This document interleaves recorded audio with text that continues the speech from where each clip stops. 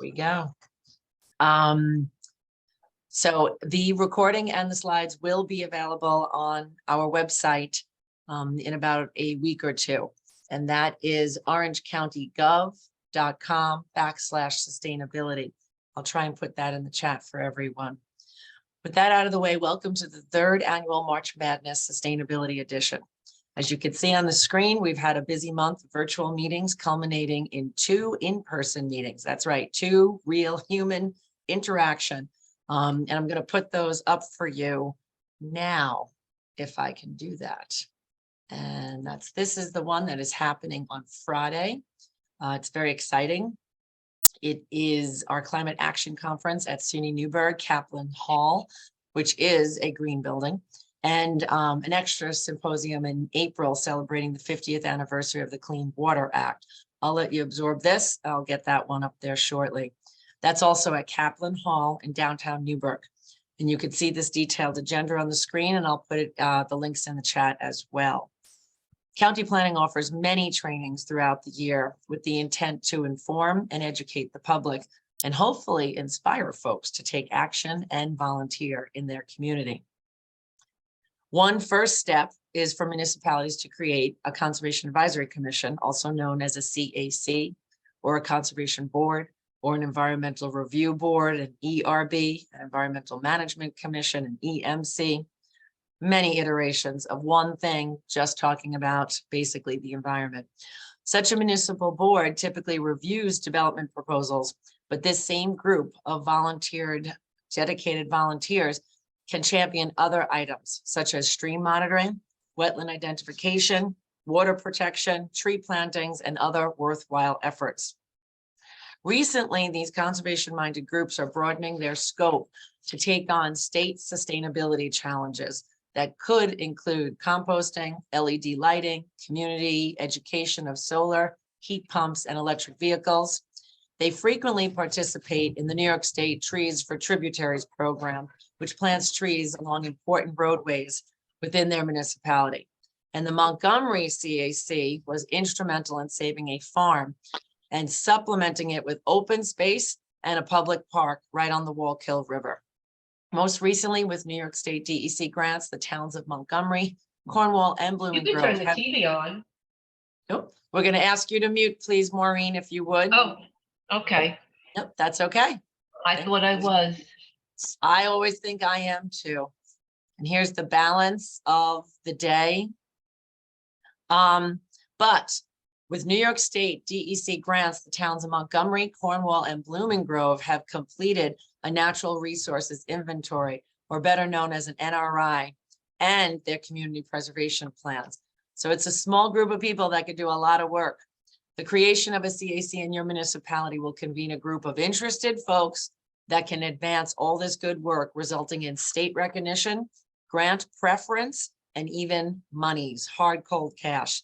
Please consider joining your local CAC or your local climate smart community, because that's the next wave, the next iteration, if you will, that groups like this are working on sustainability and calling themselves that. So whatever you want to call it, if your municipality doesn't have one, kindly think about starting one or come to the county and join our climate smart community.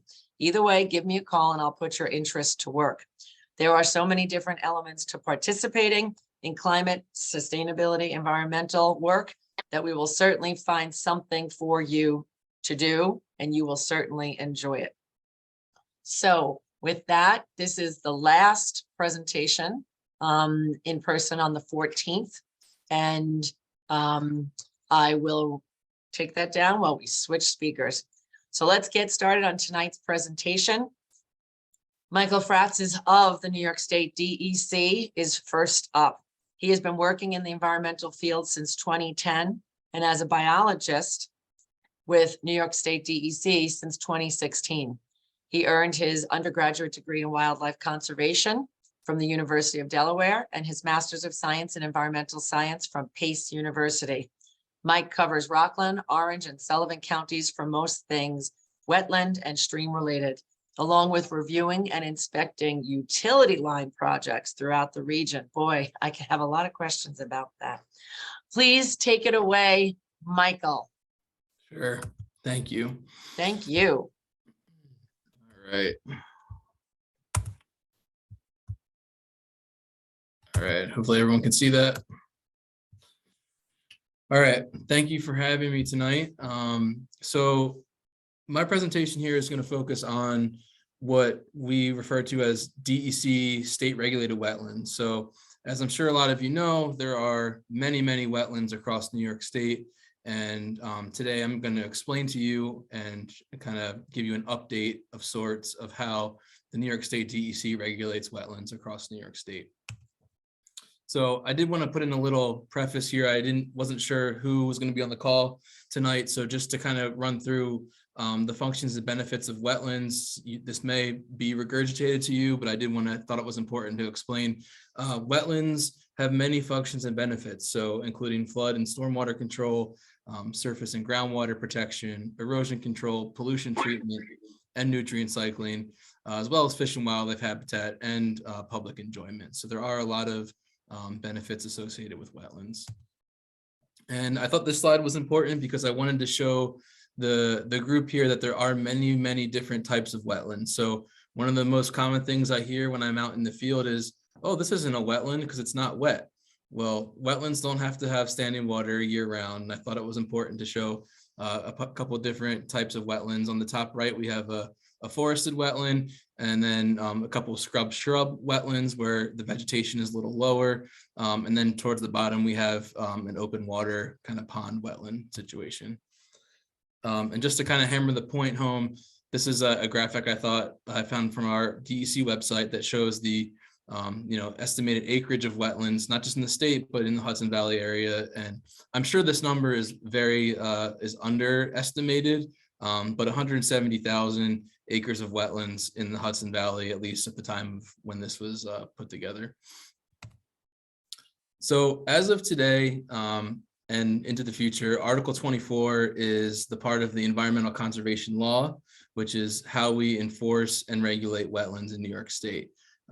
So that includes state regulated wetlands, which I'll show you in just a moment, are wetlands that are included on our regulatory map. So there is a tool called the Environmental Resource Mapper that's available to all the public, where you can basically put in your address and click on a bunch of layers, and one of those layers is state regulated wetlands.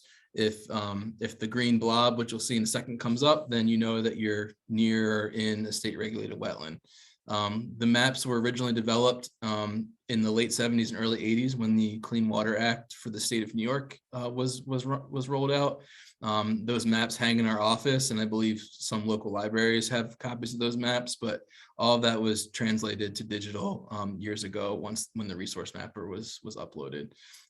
So like I said, the wetlands on that map are regulated by DEC, as well as a 100-foot buffer. So 100 feet from where the wetland boundary is determined to be, New York State DEC has jurisdiction over most activities. There is a regulation, part 663, that I could share a link with later, but that's essentially how we determine what activities can get permits and what activities cannot. There are some exemptions to permitting, including agricultural, scientific research, and a few others. They're pretty limited, but there are certain things that can be done without permits in wetlands and their adjacent areas, which is what we call that 100-foot buffer.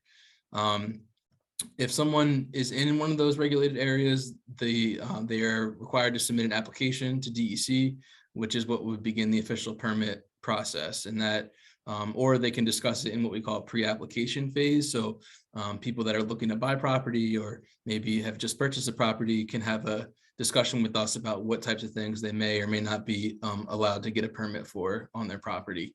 Other jurisdictions for wetlands can include the federal government, so the Army Corps of Engineers and the EPA are the two major agencies that regulate wetlands from a federal level, and locally as well. I know some municipalities do have like buffers around wetlands, that just any wetland might have a certain amount of buffer. I know that's very common in Westchester County, and I do know there are a few municipalities in Orange County that do that. So a big reason that Kate had asked me to speak today was because there are going to be some changes coming up to the wetland regulations. And what I wanted to try and do in this presentation was explain kind of what the regulations are today. So if you came to us and we're asking questions about wetlands, what those would look like today versus what they will look like in 2025, which is when the new regulations are going to come into play. So as of today, through the end of 2024, you would consult our regulatory maps to see if your wetland is on our state regulated map. So again, if you are on that resource mapper and you are going to look at see if your wetland is there, or you can look at our paper maps. The original maps, like I mentioned, were very high scale, 1 to 24,000. So like I said here, AKA teeny tiny. They're very small. So the translation sometimes gets lost. And that's why a lot of times these determinations do require a field visit from myself or one of my colleagues. The DEC jurisdiction is tied to the wetland maps. There's also a 500-foot check zone on those wetlands. That's pretty much just like an area where if you're in that zone, give us a call, because the maps can be off just enough where the actual wetland might be more than 100 feet from the wetland as shown on the map. And like I tell everybody, if you don't know, just ask me. I'd rather you send me something early on and I can tell you, nope, you're good. You don't have any DEC wetlands on your property, and vice versa, versus finding out later on. This is a screenshot from the environmental resource mapper. So that lime green polygon is the actual wetland as shown on the map. I tried to pick somewhere near the county center there. So that's the intersection of 17A and Route 17 over by the Quick Check just south of Goshen. So as you can see here, the lime green is the wetland itself. And then the lighter green is what we're calling the check zone. And I wanted to show this too, because I thought it was important. This is actually from Orange County GIS. So if you go to the Orange County website, there is a layer for DEC wetlands. And this is basically, you can go back to here, that's our mapper, and this is Orange County's mapper. So the only difference is there's no check zone shown on Orange County. So this is when we get into the provisions that came in and were approved in the April 2022 governor's budget. It was part QQ. So in case anyone really wants to take a deep dive into the governor's budget, that's where it lives.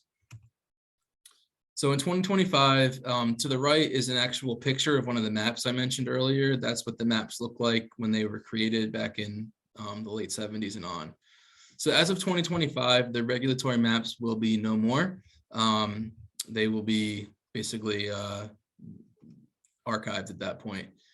There will be new maps created. We're actually working with Cornell right now to create new maps using aerial photography, but these will be purely informational maps just to help us with determining where wetlands are. They will not be tied to regulations like the maps are today. There will be an acreage threshold. So instead of going to a map, if the wetland in question is over 12.4 acres, that wetland will be regulated by DEC. And that'll hold until 2028. And at which case they're actually going to decrease the threshold for wetlands to 7.4 acres. And anything 7.4 acres or greater as of 2028 will be regulated by DEC. There's also a caveat for smaller wetlands. We call it unusual importance. So that's, this is the definition is straight from the budget. So I'll just kind of read it verbatim. Unusual importance shall mean a freshwater wetland, regardless of size, that possesses one or more of the following characteristics as determined by the department pursuant to regulations. So here are the characteristics: watershed with significant flooding, urban areas, rare plants, habitat for essential behavior of endangered and threatened species, or species of greatest conservation need. Those lists are available. You can look those up on our website. Is a class 1 wetland. One thing I forgot to mention is that wetlands as of now are classified between classes. They start at class 1 and go to class 4. Class 1 is the most important and has the most, as far as like wildlife value goes, has the most protection status. And class 4 is a little less of a status of wetland. Previously designated as a wetland of unusual local importance. So there were wetlands added to the original maps that fell under this category. So those will still stay. Vernal pools. That's a hot topic, and we're trying to figure out how to deal with that, but vernal pools will have some sort of coverage under the new wetland regulations. We're trying to work on how to figure that out.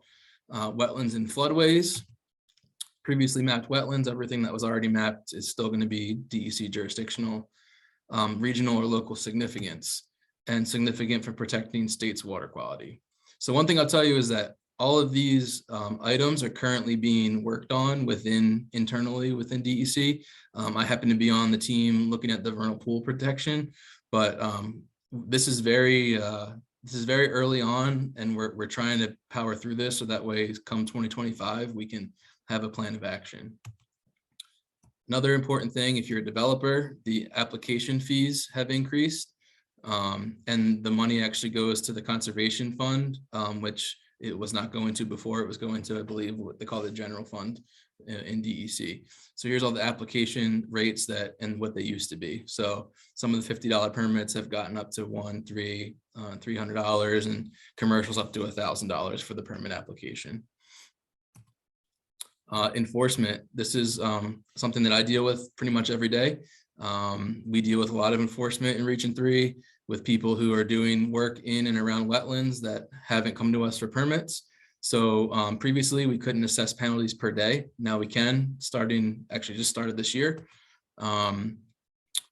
The criminal cases, which I think happens when there's more than one or a severe enforcement case, we can seek penalties and restoration. And there's also cease and desist power for significant violations, which we didn't have before. This is just a flow chart that kind of shows how we're going to do things with the rollout of these new regulations. So the first step is going to be outreach. We're trying to figure out how it's going to go, but I'm assuming it's going to be attending meetings similar to this one, where we're talking and explaining how things are going to change. Technical work is kind of what I mentioned before. A lot of us staff statewide are working on these smaller teams to look at the technicalities behind the actual regulation that were made.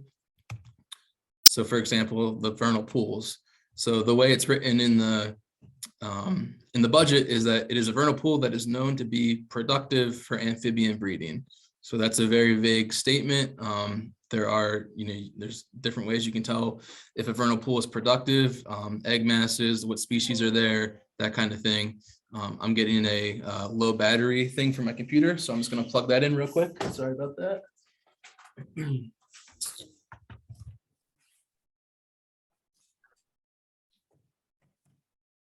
All right, we're back. So this is one of the examples of the vague language that's included in the new regulations. Classification criteria. So all the new wetlands that are added are going to get a classification between 1 and 4. Again, not sure how that's going to go, but we're working on it right now. The informational maps are being created as we speak. So that's another piece of the puzzle. And internally, we're trying to figure out how we're going to deal with this influx of work. I mean, we're already stretched pretty thin as it is, and this is going to create a lot more work for us. So there is a big push to hire more staff all across the state to help with this effort. And then lastly, the actual rulemaking. So once all of this is figured out, there is going to be a formal rulemaking that will get rolled out and shared with the entire state. Just to give you an idea of the timeline, it's hard to see, but the actual start to finish of this whole effort is a very short period of time. So the outreach, the classification, mapping, etc., is, I believe it's about over the course of, I want to say it's not even a year that we need to figure all this out. We just started working on this, I said within the past 3 months, and I think we have to have something finalized by midsummer to then get it into a more formal place in the fall, which then gives a whole nother almost year for people to vet it and try and work on it. That's all I have today as far as the wetlands go. I'm happy to take questions now or wait till the end, whichever, Kate, you feel, whichever you think makes sense. And otherwise, thank you. Thank you for listening. Well, can you not stop sharing yet? Because I do have a I didn't few actually questions. stop. I didn't actually stop sharing. I don't know why it went dark. It's end of, all right, well, if you can go back to, you know, talking about, you went through it, I won't say quickly, efficiently, thank you, but it was Yeah. a lot. And for Yeah. folks who work with wetlands, it's exciting. But, you know, you said a lot of work has to happen in the next few months by the end of the year, but yet we're not starting it till, I think you said 25. And then Yep. I thought you said 2028 at some point. Am I wrong? That would be good if I'm wrong. Yeah, so the actual change in regulations begin, I'm gonna go back to that slide, begin in 2025. Okay, Let me share here. So So- basically all the work we're doing, I don't know why, but it's coming up black when I try and share the screen. Can you guys see that? that's perfect. No Okay. worries. So yeah, so for 2025, let me go back, here we go. So the actual change in regulation starts in 2025. So this 12.4 acre threshold will be how we take jurisdiction through 2028. And then the idea is that starting in 2028, anything that's 7.4 acres or more, so there will be, you know, anything between 7.4 and 12.4 will be added to the regulatory map in 2028. So could I say, for simplification, you said the actual regulations begin in 2025. Everything you talked about starts in 2025, except the actual size that we see here on the screen in 2028? So this is what's current. The biggest distinction I would say between now and 2025 is going to be the maps going away. And then yes, like you said, in between 2025 and 2028, the size will change. So in theory, there would be more wetlands added to the map in 2028 because those wouldn't have gotten captured in 2025. So for those 3 years, you'll be doing the wetland delineation update? Yep. Okay, so that's really exciting, getting the update, working with municipalities, or is that more of the staff that you said?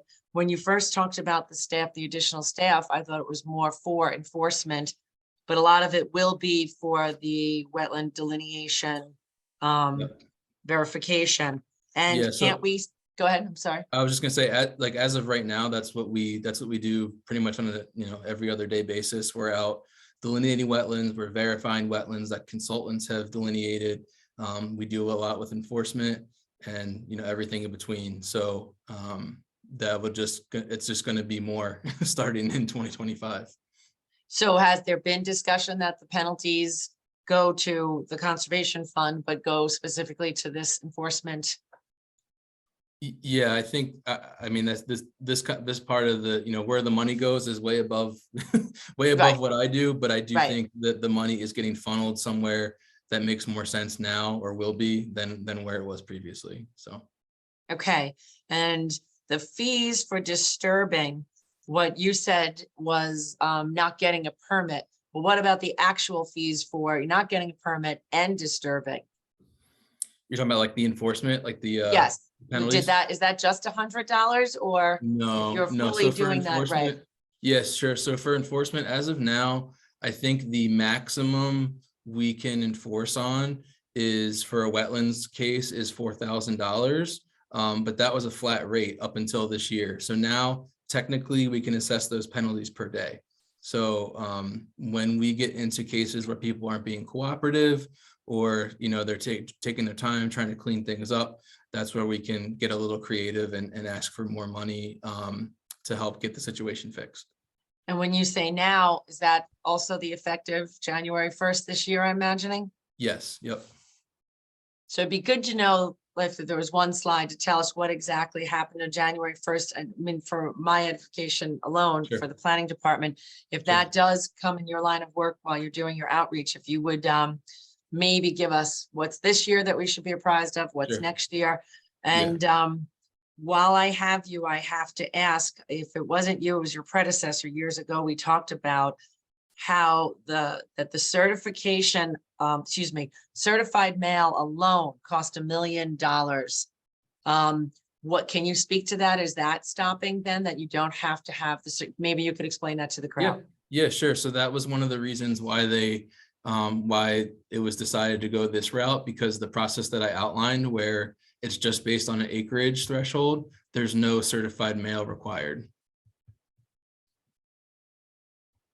Right, as before, Yep. they had to do certified mail. Yep. And So what, yeah, Go sorry, I'm not sure if I understood what you're asking, but yes, originally when the wetlands were mapped back in, well, depending on where you are, some of the wetlands I would say started in the early 80s. And then I know like Westchester and Putnam had some map revisions as early or as recently as like 2005, in that range. But when those happened, like you said, any landowner that had regulated wetlands on their property had to be notified by certified mail. So the cost of that alone was, like you said, some insane amount of money. And that was one of the holdups for why this hasn't been done earlier. Honestly, I mean, that's what we've been told. So yeah, and I was talking to him about this many years ago, and that's what they keep saying. I couldn't get my head around certified mail is Yep. keeping us from improving this. So he had told me years ago, all right, we're thinking about this angle, and it didn't get passed often. If you heard, he said it's in section QQ, I think you said, Yep. right? Because you Yep. would say it gets embedded every time, and we get so close, and then it just gets overruled, ignored. So this is very exciting that we finally have something. I will end, and the next person, Alan, you're up next if you want to take control of the screen. And while you're doing that, I'll just ask, Orange County municipalities, you had said, Michael, have their own wetland protection like Westchester County. Do you want to tell us what municipalities in specifically before Alan starts talking about what municipalities can do with zoning? Sure. I honestly don't know off the top of my head. I have a hard Okay. time just keeping track of our own. But I do know whenever we have a site visit with somebody, I do always add the caveat to check with your municipality, because there are additional, not just for wetlands, but streams and other waterways. Okay, and if you are able to find it while we're talking, put it in the chat or email me later and I can share it. Sure. All right, well, thank you, Michael. I do have probably a few more questions. And if anyone else has it, put it in the chat or hold it towards the end. Now we're going to come to, like I said, water overlay districts, and Commissioner Alan Sorensen of the Orange County Planning Department is going to discuss that. First, I'm just going to tell you he's a certified planner with over 30 years of professional planning experience. And he was the former Assistant Commissioner of Policy for New York State Division of Housing and Community Renewal, and the former Commissioner of Planning and Community Development at Sullivan County. From 2004 to 2020, Mr. Sorensen successfully established and operated Planet Main Street, Inc., a full-service planning firm that served communities throughout the Catskills and Mid-Hudson regions of New York State. Through his work with Planet Main Street, Inc., he wrote comprehensive plans and implemented a multitude of successful projects, including the development of rail trails, downtown revitalization, and community development. During his career, he has also played an instrumental role in the creation of numerous innovative programs, including the New York Main Street Program and the Main Street Redevelopment Center in Sullivan County. He also worked with the town of Chester on their preservation plan. So it's exciting to have him back in Orange County in a few different capacities. Please take it away, Alan. Kate, thank you for that wonderful introduction. Kate has asked me to speak about overlay zoning districts with the focus on water protection. So I thought I would use an example of a project that I worked on a number of years ago. It's the village of Walton, New York. So it's in Delaware County. And there, I worked with them to develop a wellhead and source water protection plan. So I thought what I could do is just go through some of the steps that we went through to develop the plan, and then how we arrived at some of the recommendations coming out of the plan, and how this approach can be used in other communities. So just a little background. The village of Walton, I'm just gonna bear with me 1 second. Hopefully I'm not. Are you still able to see my screen? Okay. So the village of Walton currently draws its drinking water from 2 wells at the end of Water Street in the downtown business district, along with 4 wells in Austin Lincoln Park, which is kind of upslope from the existing downtown. The well field is prone to contamination due to a variety of factors, including the fact that the aquifers that feed the well field lie almost entirely within the built environment of the village. So they're right in the heart of the downtown. And 2, the wellheads lie within the Delaware River floodplain that is susceptible to contamination due to periodic flooding.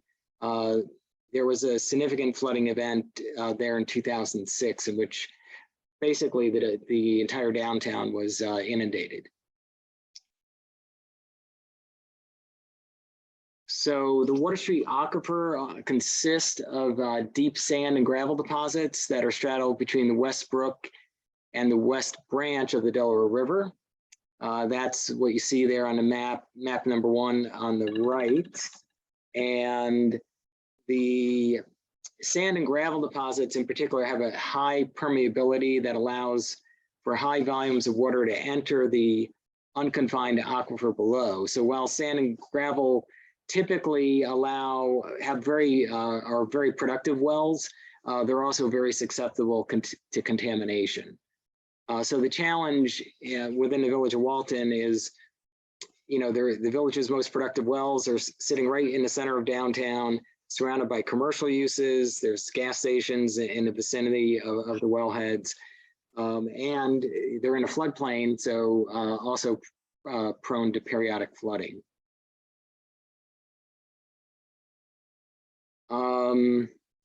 So some of the photos, I'm not sure how well you can see those, but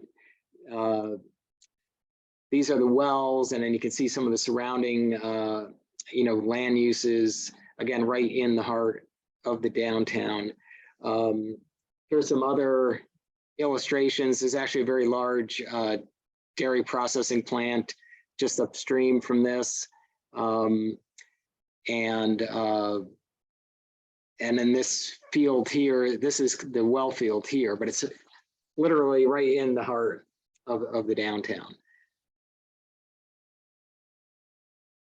So we went out in the field, we looked at not only existing land use surrounding the wells, but just, some field observations, and came up with a summary of recommendations to help protect the village's well fields. Some of the recommendations that we came up with were to monitor the wells. Oh, I should mention that in addition to the surrounding downtown, upstream from the well field Delaware County is very rural, so there's a lot of farms. So there are a lot of dairy farms upstream from the well field. So agricultural contamination was also a concern for this project. So the project called for, monitoring the wells for agriculturally related contaminants, including pesticides, herbicides, fuels, grease.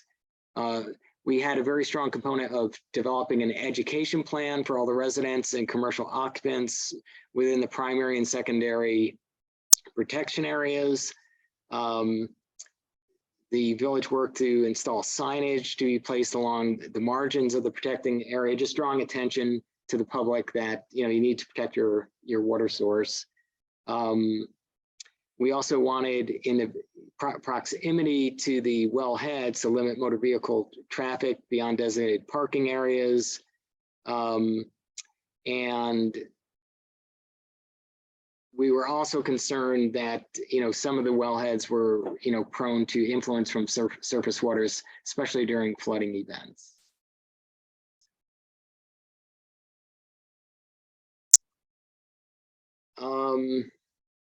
So I don't know if you can see my cursor here, but this primary aquifer protection area this is the park that is kind of upslope from the downtown. And these are the wells that are right in the downtown core of the village of Walton.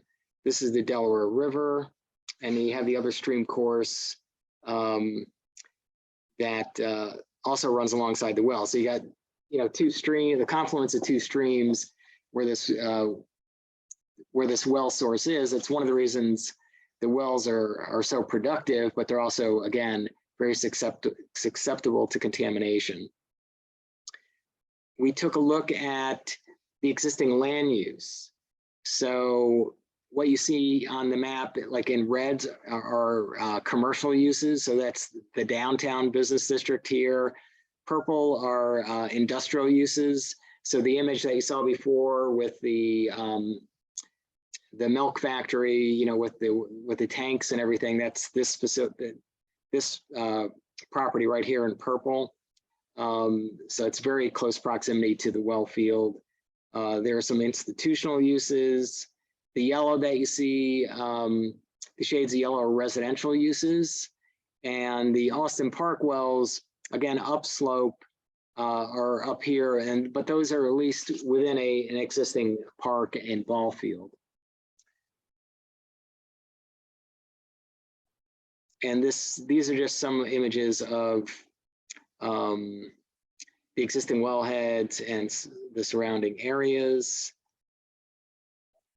Again, some other images of the land use analyses that we went through, and I want to get to some of the recommendations. So one of the things that we did is we identified existing problems. So you kind of see that hopefully on this slide. I'm going to try to, we had proximity of the Water Street wells to some of the buildings, the periodic flooding, which I've mentioned. We have the fact that that we need to elevate the well building to get it above the floodplain. That wasn't the case. The fact that the well field is downslope. So if this is an older community, probably over the years, a little slower to kind of come up to terms with stormwater management practices and other things of that nature. So you can see, I think this may be a, this is the McDonald's, which is in their downtown, but they pretty much have paid every single inch, of the property, and all of that stormwater just runs towards the well field. So that clearly is a problem. And I'm going to try to scroll up just a little bit. So we started to identify some measures that could be put in place to better protect the well field. And I'm going to go quickly through this. So these maps just kind of show, some of the recommended actions, location of the well fields. This is Austin Park in this particular graphic. This is also Austin Park. We, identified threats to protecting the watershed. And so some of the recommendations and practices that the village worked to put in place. One was this is the area that's right immediately adjacent to downtown. So to create a passive recreation park in the southern portion of the well field, plant trees and enhance the riparian buffer along the river so that during a flooding event, it was more resilient to flooding. We also talked about creating a system of berms and swales to capture, treat, and divert runoff from the downtown district away from the well field. So that's what's being illustrated here. And to, again, retain and enhance the riparian buffer along the streams. Now, there are a variety, when you think about an overlay district, you have your underlying zoning that most communities have, and your zoning districts, typically it's Euclidean zoning, so it's dividing, your commercial business district from residential areas, from industrial areas, so your traditional Euclidean zoning. But with an overlay district, you have the opportunity to, typically with an overlay district, to impose additional restrictions or requirements that are above and beyond the base zoning. So in this particular case, there are commercial districts in the village of Walton that allow gas stations, Jiffy Lubes, things of that nature. Obviously, we didn't want to encourage those activities to continue within the aquifers and our wellhead protection overlay. So by creating the overlay district, while those uses were still allowed outside of the protection zone, the overlay district, within the overlay protection district, those uses were explicitly prohibited. So you identify land uses that are more likely to be a source of groundwater contamination, and within the overlay district, you can then restrict or prohibit those uses, even though they may be allowed elsewhere in a similar, in a like zoning district. Some of the things that, we look, in addition to like the obvious, gasoline stations, convenience stores, think about dry cleaning establishments, which have, pretty long history of being a point source of contamination, heavier industrial uses. So in looking at your existing zoning, if you're trying to protect an area in a watershed, you want to, go through the zoning and identify those issues that by the nature of the use itself are more likely to introduce contaminants to both the aquifer or the wellhead. Also, for around the wellhead, you want to make sure that you have buffers around it so that you're not storing chemicals or other or salt or other materials that could contaminate the wellhead. In addition to that, like with Austin Park, one of the recommendations there was really to change how the lawns and ball fields are treated, to move away from your heavy fertilizers, things of that nature, and try to take it from a more organic approach. So this is kind of like a Reader's Digest condensed version of what goes into developing wellhead protection measures and or an overlay zone for aquifer protection. But it's a very effective tool that a number of communities have used, and we're trying to work with this. Currently, we're working with Town of New Windsor and City and Town of Newburgh to look at additional measures that we can put in place to protect the water source for the City of Newburgh, which is Browns Pond. So that's something that we're currently working on. So with that, I'm going to turn it back to Kate and would be happy to answer any questions that anyone may have. All right, thank you. I just saw the time, so we'll move on to our next speaker and then we'll take the rest of the questions at the end. So Alan, if you can stop sharing when you get a chance. Yeah. I would like to introduce a dynamic duo. We have the Eco Assembly in the house. So the Eco Assembly is a people's gathering within the Hudson Mahicanatuck watershed bioregion. I think they're going to properly pronunciate it and explain that.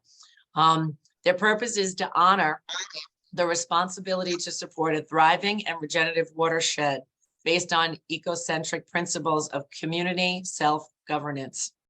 They recognize the interdependence of all life within a watershed, including but not limited to human life, and strive to create paths to rebalance the ecology of place. We have tonight Nina Nichols. She's an environmentalist, artist, and member of the Town of Esopus Environmental Board. She is a curator for the International Multi-Species Salon and a community organizer who makes art about habitat creation. I like that. And Lee Goff is also an artist with fungi and native plant enthusiast and co-founder of the Eco Assembly, which was founded in 2022, and welcomes all. So if you're interested, grab a friend, reach out to them. Ladies, please feel free to put your email and contact information, as well as anyone else, in the chat, and they're going to explain to us about the rights of nature. Thank you. Hi, thank you so much, Kate, for having us. Sorry. Sorry. So we're not tech savvy. So we are the Eco Assembly. We're a growing group of community members who formed in response to current threats to our ecosystem, including the Champlain Hudson Power Express and Holtec's decommissioning of Indian Point. And currently we're working on a law, local law 12, with our legislator, Phil Erner. And this law is unique. It is a kind of follow-up to the Clean Water Act, which only, well, let's start on the slides, see where that takes us.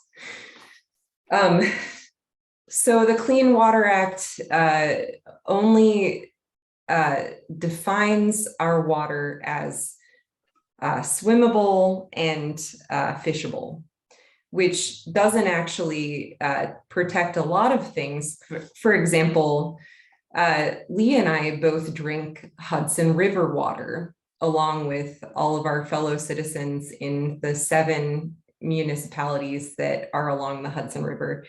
And our drinking water is under constant threat.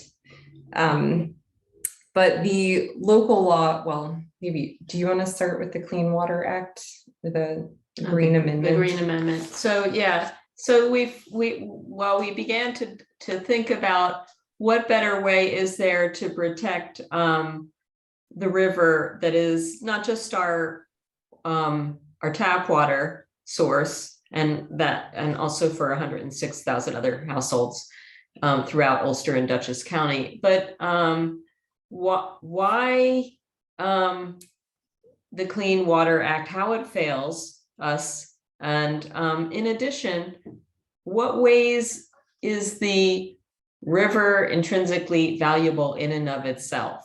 And so as we consider the Clean Water Act and how even after the Clean Water Act, the Hudson River is still a Superfund, PCB contaminated, we considered the Green Amendment, which you may remember voters in New York voted for in 2021, and which has been on the books in both Montana and Pennsylvania since the 1970s, and it was begun by Delaware Riverkeeper.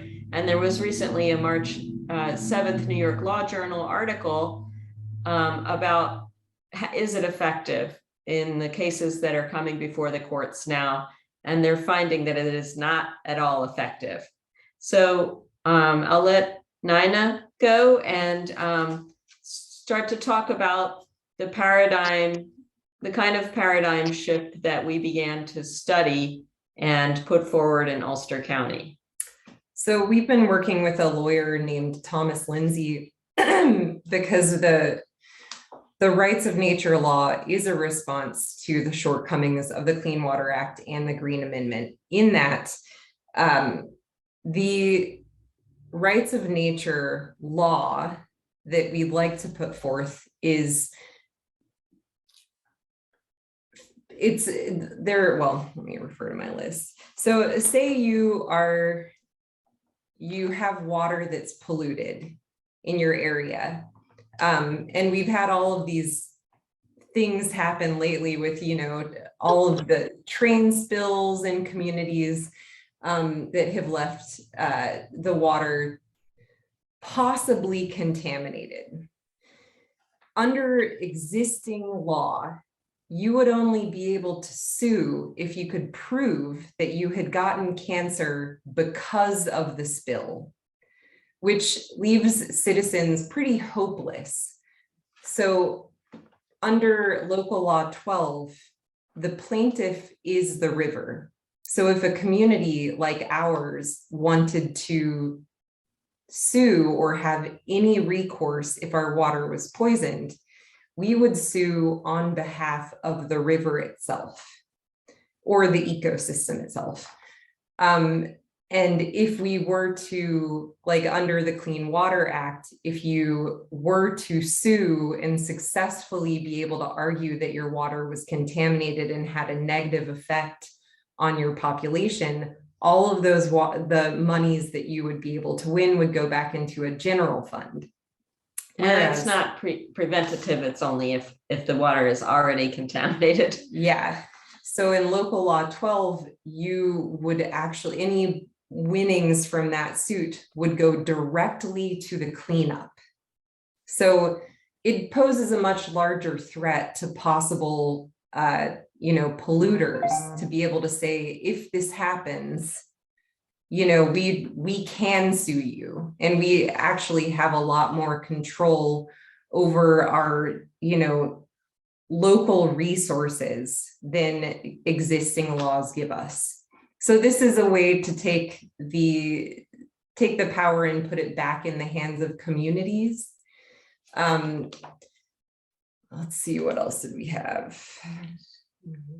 The current regulations privilege the property and stakeholder over community members. But so anyway, we've been kind of crafting this thing and having community meetings about this law. It's gained a lot of traction. And we are trying to get it moving, because even if it fails in current committee, they're not going to stop being threats to the Hudson River. That ball will never stop rolling. So let's see what. Well, I can just chime in that Nina mentioned a lawyer. He's not representing us in any way. He's just helping us to understand. And he is from a place which we will leave a link in the chat, or it's on the final slide, the Center for Democratic and Environmental Rights.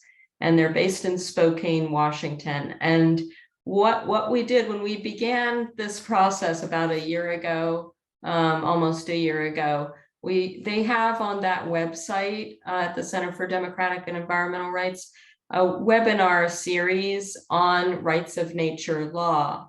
And one of the things to understand about it before we go on to the next slides is that it is actually based in indigenous principles that are very, very different from the way we view water today as a resource that needs to be managed mainly as property of human beings. And the indigenous sort of framework that is actually put forward now even by the United Nations and by 16 countries around the world is that water is the source of all life. And it's far more spiritual and philosophical, which means that we're coming from a whole different paradigm, not just protecting water for us, but for its own existential rights. And that's why part of the equation of rights of nature laws like the Ulster County Local Law 12 that we're trying to work with in Ulster County is that it, in addition to protecting the environment and maybe restoring the environment, there's a component of it that gives more democratic say of communities about the values that govern the way we look at whether it's water or forest. So it's a really fundamental shift in kind of thinking, and we'll probably have some questions about it now. And just to think about those questions within the framework of laws that protect the environment now, people can either look past to the history of this country that has always protected the environment as property, or to look forward and say, we have an accelerating climate crisis. Everything is at risk right now, and especially water. I don't know if people paid attention to the UN Water Conference last week, but because of the scale of the crisis, and as Antonio Gutierrez said that it should be the center of climate preparation, not siloed in some separate area. Mhm. So do you want to do this slide? Yeah, okay, so the important part, without sharing the whole local law with you, is the right of the Hudson River, once called the Mahikanatuk by the Munsee Lenape, whose unceded lands we occupy today, is the right of the river to exist, regenerate, and flourish. And these rights of nature laws create three practical realities, in addition to being the right way to go, that don't exist within the Clean Water Act.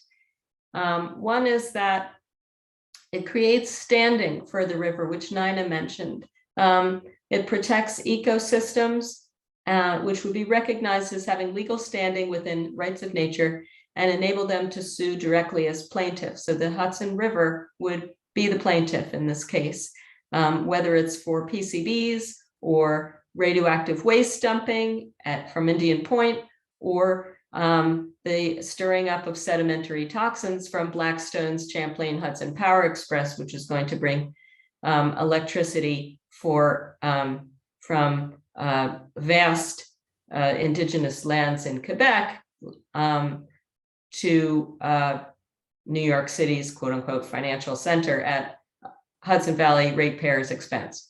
The second thing it does is upstream enforcement. So rights of nature laws enable downstream ecosystems, and that doesn't necessarily mean literally like upstream and downstream. It's just a legal term that means like outside of your jurisdiction, may allow downstream ecosystems to sue to prevent certain activities upstream or outside of the municipality which originally adopted the law. So Orange County might be interested in that. So if Ulster County wants to move their landfill site to Plattekill, and Plattekill stands near the a watershed that serves Orange County, that would be something that if Orange County was to adopt a rights of nature, you could say, Ulster County, we now want to activate upstream enforcement. And then the third thing is requirement of other municipal code changes. And this one is probably the most challenging one to planners. Rights of nature laws also require that municipals change their code to recognize the rights of nature. And that means changes to zoning and land use to ensure that municipal codes do not violate adopted rights of nature laws. So for example, if there was going to be some mega condo on the wetlands or watershed right now, in our planning and in the environmental committees of Ulster County, that they don't have to consider the watershed at all in those ways. Sometimes there's an environmental impact statement required, but it's not about whether the river's rights are being violated or whether people's drinking water will be affected. I see I need a typo on this slide, but anyway. So Nina will tell you about the current challenges. I've mentioned some of them, but you can go over them. Well, these are all so near and dear to us. Our water intake is within 100 feet of where the Champlain Hudson Power Express is jet plowing to put in their energy cable, or where they plan to plow, which is going to kick up all kinds of fun stuff into our drinking water, which we have no infrastructure to pull out of there. And of course, the whole tax decommissioning of Indian Point, we have tritium that's going to be dumped into our drinking water that also we don't have infrastructure to take out. All of these are highly carcinogenic chemicals that we already have high cancer rates here. And so everything else, it's so funny because in Kingston, their wastewater out pipe is less than 100 feet from our drinking water in pipe. And they say, I think this is so funny because they were like, well, our wastewater is cleaner than the Hudson River water. So I just think, why not connect the two? You know, that's where we're headed with the water scarcity that we have here. But so we, as far as legislative inaction, we can't continue on like this. I mean, we have to have a paradigm shift at this point, and we have to think about our zoning differently, because we can't just allow companies to continue to put this kind of chemical waste into the river that flows all ways, because it's coming upstream and downstream at all times. So yeah, that's the end of that slide.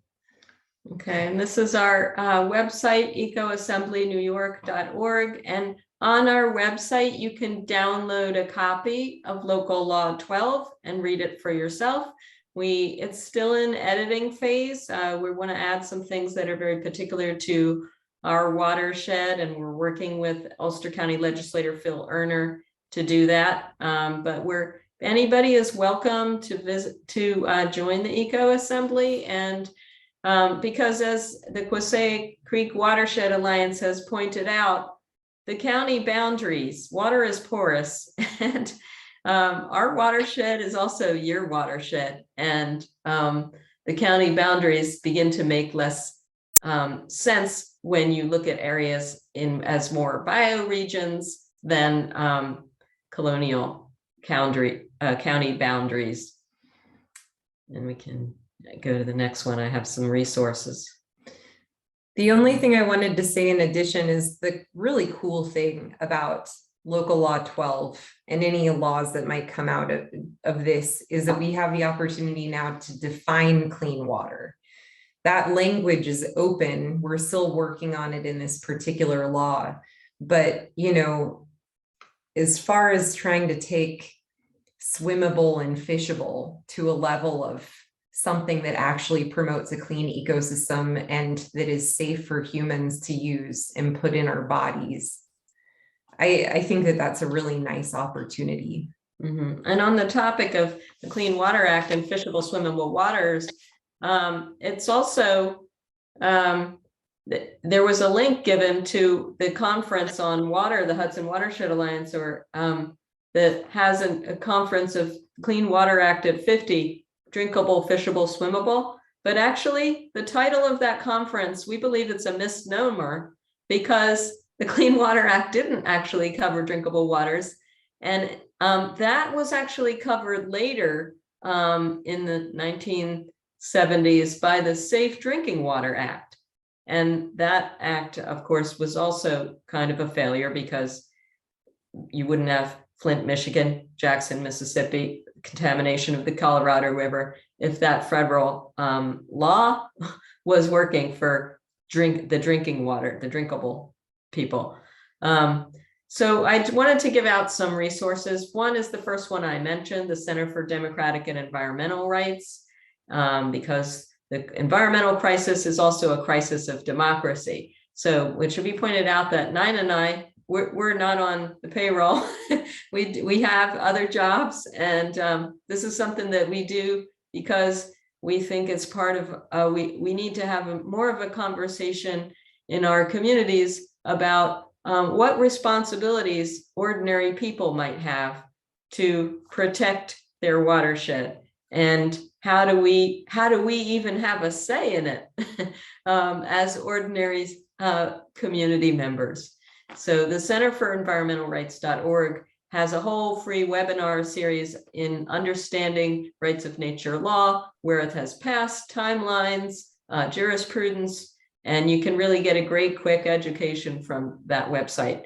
Also, We Can is the Women's Earth and Climate Action Network. That's an Indigenous-led network of women activists around not just water, but other earth protection initiatives. And as it was pointed out at the UN Water Conference offshoot events with Indigenous leaders, a lot of the water crisis is disproportionately affecting women, for what it's worth. And they're really great organizations. And then the third one I just found out about is called the Water Culture Institute. And I would really recommend it for planners and people that are working on environmental protections, because it has also a different kind of new paradigm with a community toolkit that was made to bring ethics and values to the center of decisions about protecting water. And it does incorporate rights of nature, but within a whole multi-point framework. And they made a really interesting presentation at the UN Water Conference, and I encourage people to check them out. They're about water ethics, and they have been working with the Indigenous Environmental Network, which has an acronym IEN, and that's the last one on the last resource. Is that the Indigenous Environmental Network also has a very recently declared water action agenda, and their agenda is probably coming from a different mindset about water, not as a commodity, but as a life source, and talking about water as we all came from water, whether we are mothers or we have all been children, we've all been carried by water, and water is the thing that brings us into the world and leaves our bodies when we die. And in their view, as in ours, we are water. And so it's within that framework that we want to get people talking about the ways that we can establish reciprocity with the watershed itself. And we're willing to take any questions, and we'll put our, now that I don't have to cross notice, but the Zoom screen, I'll put our email on in the chat as well, and people can ask us questions. Fantastic, ladies. Thank you. That was wonderful. And folks, please feel free to come off mute. We could be conversational about this. You know, I loved how you wrapped up, Lee, saying it so eloquently about water. That was lovely. I could just remind everyone about Mad Max, right? What was that about? They were fighting the movie Mad Max. I haven't seen it in decades, but it came down to water. And for my whole career here, I remind people water's more important than oil, but yet oil gets a lot of the attention. Water's ignored, water's undervalued, underappreciated. And this is where we sit today for all the reasons that all the speakers talked about. Yes, water does not know any municipal boundaries, and Alan and I can talk about that because we've seen it firsthand, what you've been saying with municipalities. But I think the first thing I'd like to remind everyone, and please pick up your pen now, is that New York State does not have a water committee at either the Senate or the Assembly level. And I try and tell everyone this because I don't understand how, when water is more important than oil, how do we not have a group of legislators talking about this? So when you call the operator switchboard, there'll be silence. If you say, can I talk to someone about water? There's a little bit of silence. And then they send you to environmental conservation. But how much can the Environmental Conservation Committee do on water? For comparative purposes, there is health committees on both the Assembly and the Senate. And then there's even mental health committees, not subcommittee, a full out mental health committee. There's also, you know, gambling and casinos and a lot of other full-blown committees, but there's not water.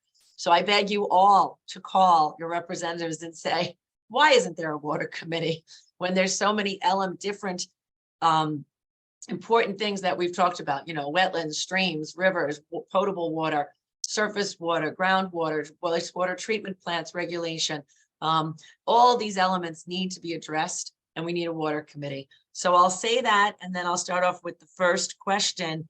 You know, has this been done before? Should I start there? Has it done before? Do you know of any place either in America or elsewhere? And then do I remind you, it comes to my mind about problems inherent for decades out west with sharing water rights, right? So you have Western states, multiple Western states pulling from Colorado, the mighty Colorado for one, that is now, barely getting to Mexico. So this is multinational problem now, right? How does anyone know? Maybe someone can chime in. They got very lucky this winter to hopefully replenish some of these problems, but how does it compare? So does it happen? Does it have precedence elsewhere? And how are we comparing it to water rights and how it's divvied? Thank you. Yeah, those are great questions. I would advise going to the Center for Environmental Rights because they have a timeline of all the different countries, and I think there's something like 36 municipalities now in the United States that have rights of nature laws on the book. In New York, the town of Potsdam just passed a rights of nature law for the Racket River.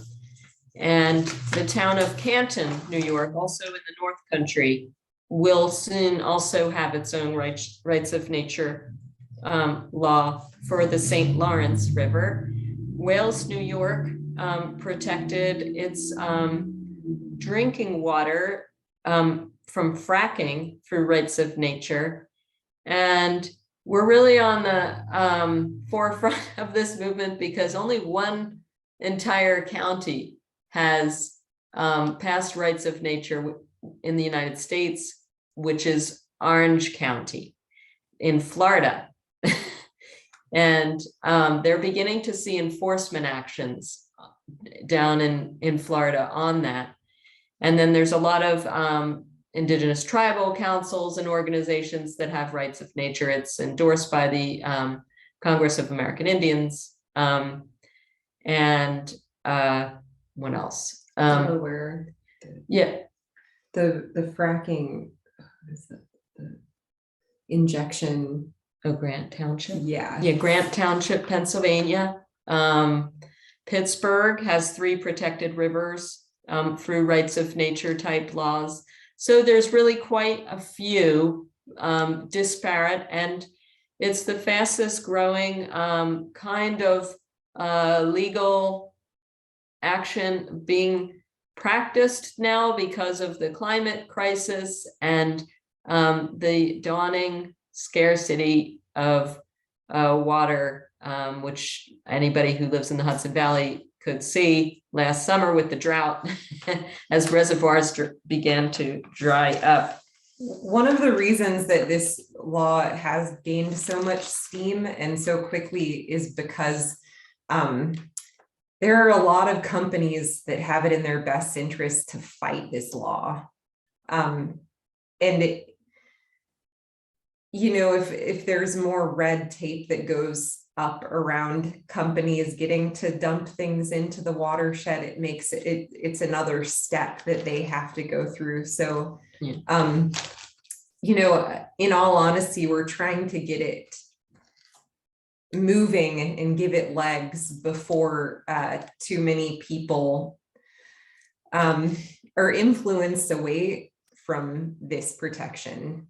I mean, it is a very powerful paradigm shift and could mean a whole lot of dollars for big companies like Blackstone. And yeah, we also forgot to point out that since Citizens United, corporations are regarded in law of our country as they have the rights of persons. They are people. But what we're trying to do is say, well, in that case, the river is a person too, and you're violating the rights of the river. Yeah. So that was a recent act, right? That the corporations gained the rights of people? Uh, Was it the last I year or mean, two? no, it was when I was, Yeah, I it's think been it's- since the early 2000s or, Yeah, Well, time is Yeah. flying. I will But say it's that, but I thought it still was on the recent. books. Maybe it was challenged. Well, the point is, now if that is happening, it does, you know what, there was cases about rights of animals. I remember that recently. And when I say that, I do pre and post COVID time now. So I feel like it was post COVID that some of those cases, I think they went down. But, with that, I like to think it strengthens it. You have more rights for different entities. If corporations have it, like you said, why not for this? I'd like to go back to what you said though about thank you for providing all the places. But then you said Grant Township in Pennsylvania. And again, I think that was the one you said because of fracking. And I think these are the things that are going to make municipalities do this. So years ago, when we watched what was happening with fracking and the casinos, and something else came down, three really big things on one day, I remember. So New York really did that then. They stepped up.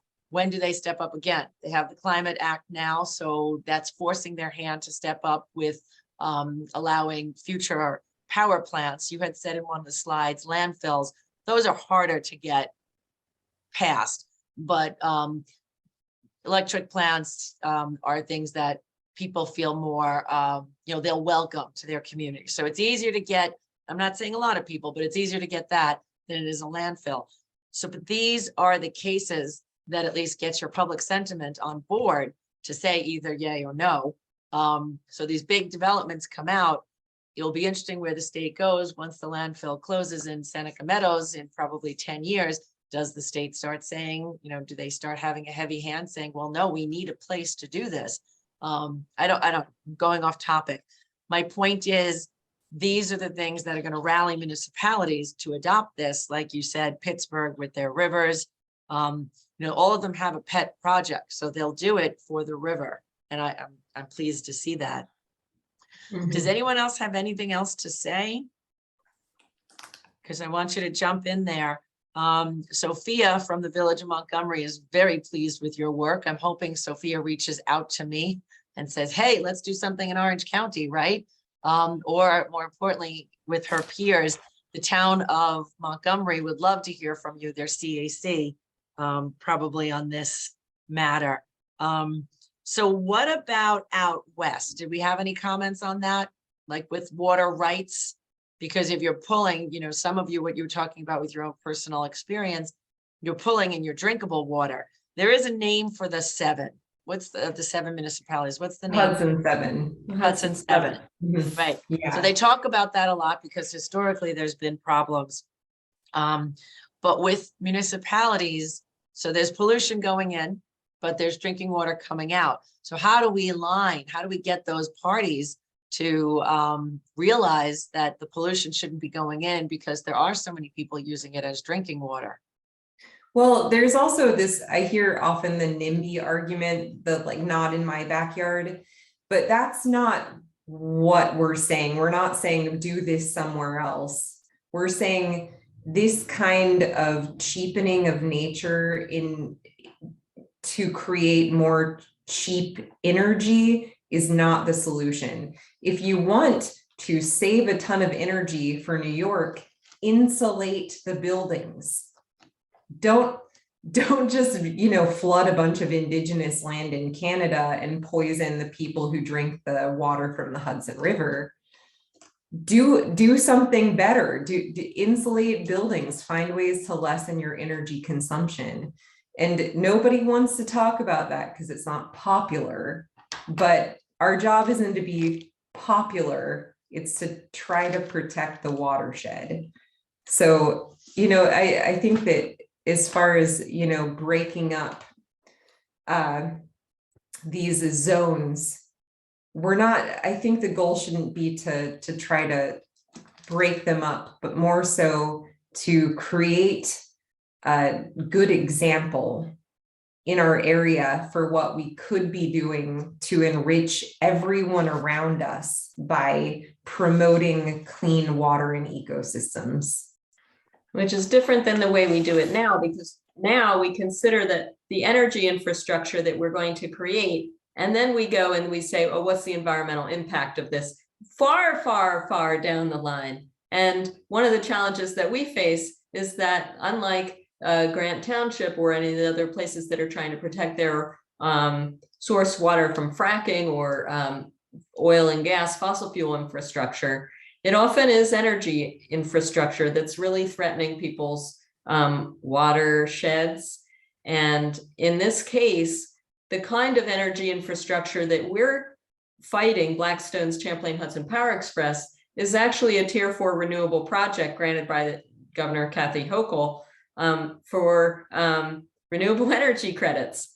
And it's really actually not right, because we, according to the Climate Leadership and Community Protection Act, number one, there shouldn't be sacrifice zones created. So there shouldn't be anybody who gets their water contaminated from an energy infrastructure project. And number two, the source is Hydro-Quebec, foreign hydropower from mega dams. And the EPA and the UN both recognize hydropower, and actually the EPA has only recently added it to the greenhouse gas inventory. So as a greenhouse gas emitting non-renewable resource. So what we're getting in New York State is really kind of a sham, a scam pulled by Blackstone, purely for profit. Well, and again, if someone has to comment about that, have been doing this for this long, our lawmakers are stuck between a rock and a hard place because, I appreciate that the governor is taking initiatives, but there's no free lunch, as I like to remind people. And you have to remember, if we want these things, you have to pay for it in one way or another. I appreciate that there's no sacrifice zones, but is that really a reality? Is that possible? Someone's going to pay, unfortunately. But I would like to really capitalize on what you said about the efficiency. I've been asking for that for decades. And an example, I'll tell you right now why it's not, because it's not sexy. It's not tech savvy. It's not incorporating smart stuff. It doesn't give the typical person something to brag about and talk about at parties. And if you want the best example of that, it's solar domestic hot water. There's absolutely no incentive programs. And I've gone back and forth with NYSERDA about this. I think most recently it did make it into the Climate Leadership Community Preservation Act. It did, but there was no money thrown to it for all these decades because it's not sexy. It's not exciting. There's no one moving it. There's no new technology. You take these things, you put them on your roof, they last 30, 40, even more years, minimal maintenance, which is why it's a no-brainer. And that would have really brought down some efficiency. They don't talk efficiency. I think they're getting better. It's disappointing when you talk to these solar installers, they don't even try and make the load smaller. You have to bring down your load in order to decrease the size of your system, which decreases the overall price. And they're not even doing that. Having experienced it firsthand, I had to say it to them and they didn't even understand what I was saying. I said, no, you gotta, do this. They couldn't. Yeah, anyway. So I really appreciate it. And I think that is why until we realize there's no free lunch and that the impacts are always going to be, happening somewhere, because every action we take, it's going to pollute someone's drinking water, someone's air, someone's soil. So sorry, that's my soapbox there. Does anyone else have anything else to say? Please. I will just want to end on, you ladies brought it up about if you know anything about the Holtec decommissioning, they are proposing to dump radioactive waste right into the Hudson River. Senator Harckham, the chair of the Environmental Conservation Senate Committee, has a bill, I think, asking for the fines to be $50,000 a day. I don't know much more, but you brought it up. Do you know about this bill? Do you want to speak to that? Yeah, I do. It was brought by Senator Harckham and Dana Leverberg, and it's not really just radioactive wastewater. It's going to be treated with radioactive wastewater from the fuel ponds at Indian Point. And a lot of people, in fact, it seems pretty unanimous that the call from the community is not to dump any radioactive wastewater into the Hudson. Not just about drinking water, but about all life within the watershed. And it can be stored on site in very, very protected, I guess they call them canisters. But that's not the cheapest thing, and that's not what Holtec wants to do. The bill brought by Harcum and Leverberg is in the Senate, introduced in the Senate and Assembly. It has 2 numbers, I think, and I don't know what those numbers are offhand. But the fines would start at $25,000 for any dumping of radioactive wastewater, and they would go up from there per day. And a lot of people are saying, if you're going to call Senator Peter Harcum or Dana Levenberg and support the bills, make sure you say that the fine should be at least 25 to 50 times higher, because you could get a lot of radioactive wastewater into the Hudson in one day, and consider it a bargain for $25,000. And the problem with radioactive wastewater is that there are a lot of things that aren't, when you treat radioactive waste, might not be as easy to get out of the treated water. And Nina mentioned tritium. Tritium is one of the most concerning ones, radionuclides. And that's because after you treat radioactive waste, you still have tritium can't be removed. And when tritium enters the human body, when it's vaporized. And so theoretically, on a foggy day on the Hudson, people could be breathing tritium, or people who drink Hudson River as their source water when they're taking a shower could be breathing tritium, and as well as drinking it.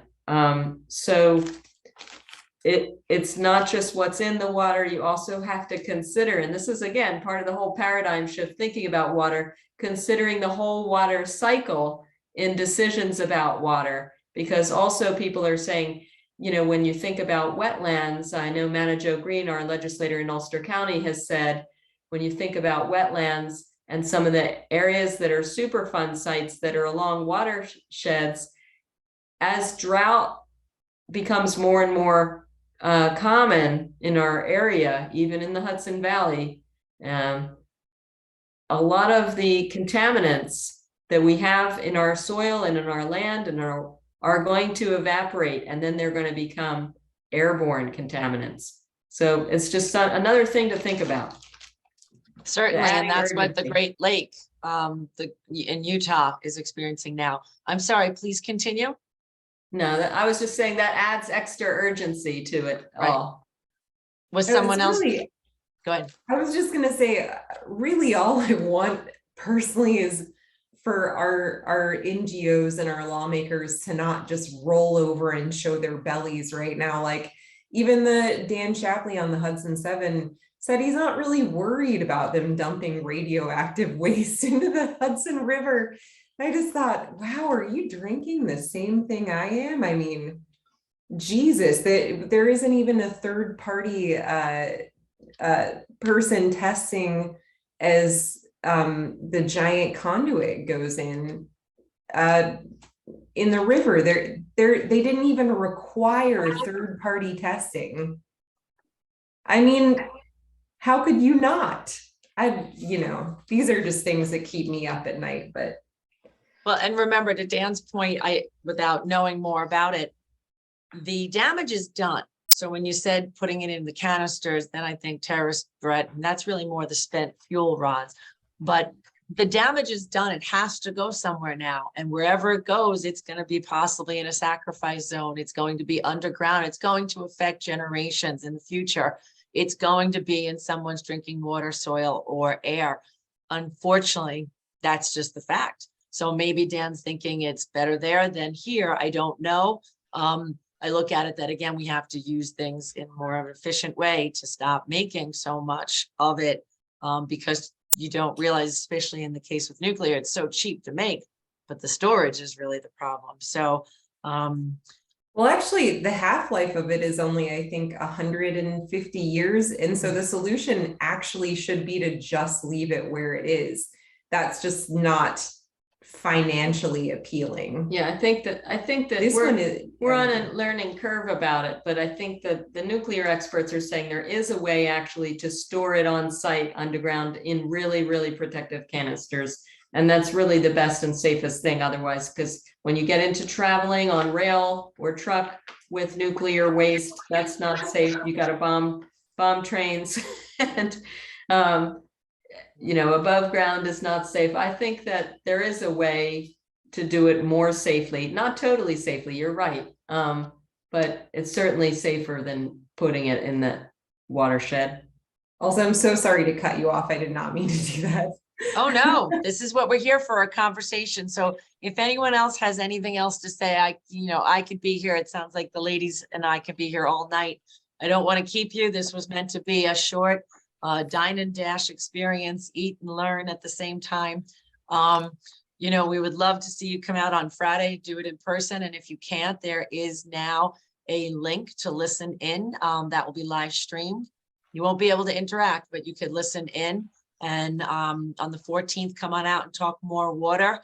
That will be with Manor Joe, who the ladies referenced, the Ulster County legislator, who is the environmental champion in our region, who worked at Clearwater with Pete Seeger and is retiring now. So come on out. That's both happening in Newburgh. All are welcome. Share the invitation, post it, bring your friends. Having said that, anyone want to wrap anything up? Alan, Planning Commissioner Sorensen, did you want to say anything? Michael Fratz from the DEC, anyone? Oh, I'm good. Thank you for having me again. Thank you, Michael. We really appreciate it. And good luck. You got a lot of years of fun, and we look forward to please keeping us up to date. And if Orange County can help be your guinea pig at all, let us know if we could do any pilot projects for you. And please send me the alerts as you develop them. Sure. Thank you. Okay, I just want to thank you for pulling this all together, and to the speakers for your time and wonderful presentations this evening. Thank you. Yes, very informative. All right, having said that, all have a wonderful evening. Thank you. Thank you. Thank you so much. Thank you. Good night.